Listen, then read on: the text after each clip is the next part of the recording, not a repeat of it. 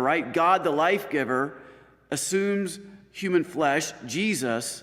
Now Jesus offers himself through his passion, death, and resurrection. Why? So that he can offer himself to us through the Eucharist.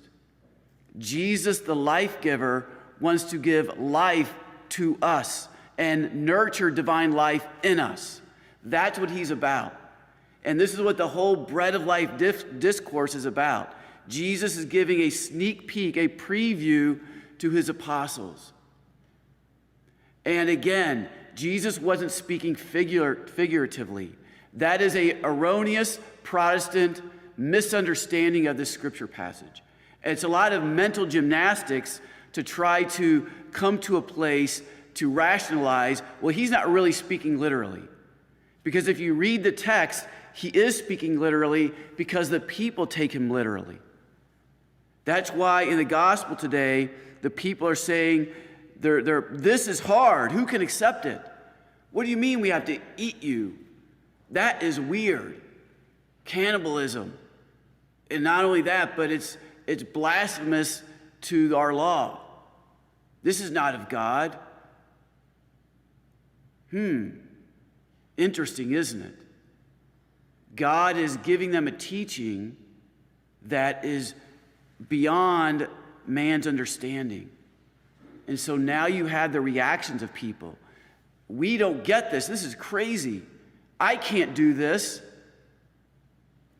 And they walk away. They are, in one sense, they are scandalized by what Jesus said. And they walk away.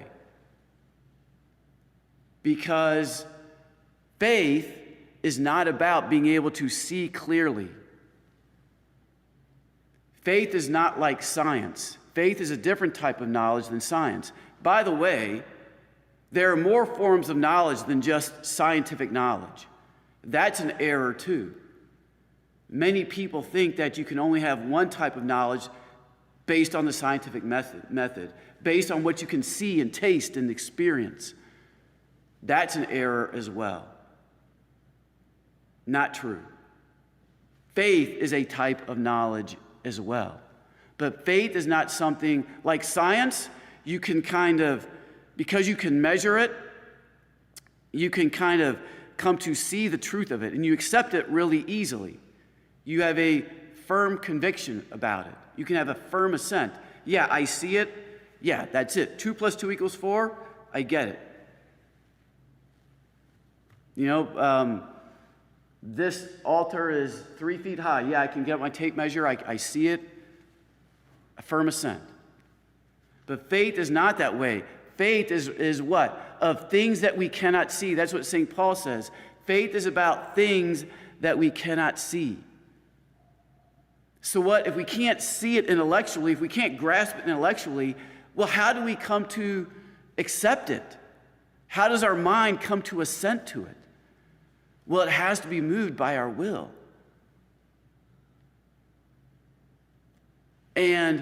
But not only that, but God just doesn't give us, we don't just do it blindly. It's not just like a blind acceptance. Our will just doesn't move us to a blind acceptance of something we cannot see. God gives us evidence, right? Faith is about evidence. Faith gives us reasons to believe. And you see this carried out in St. Peter today.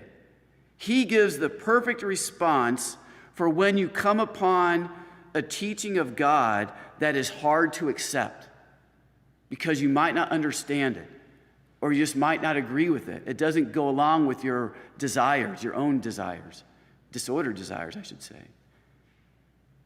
Peter gives the perfect response. Peter is basically like this. Lord, I don't get what you're saying. I really don't. Eat your flesh, drink your blood. Sounds kind of weird to me. But, and here's the key. If you say it, I'm in. Because I've been around you for so long now. I've seen you do some amazing things. You've said some pretty profound things. And I'm convinced that you are from God. Now, mind you, Peter doesn't know. They don't know yet. They don't really understand that he really is God because they don't have that their faith is not of that stature yet. They don't have that gift of grace yet to be able to see it. That happens after the resurrection. But they have enough evidence to see that, where are we going to go?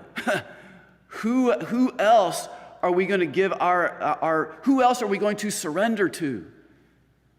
Because that's what faith ultimately is about.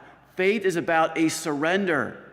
It's a surrender of the mind that is moved by the will. A surrender of the will. A surrender of the mind motivated by a surrender of the will. And the will is moved by a love of God. That, because the intellect is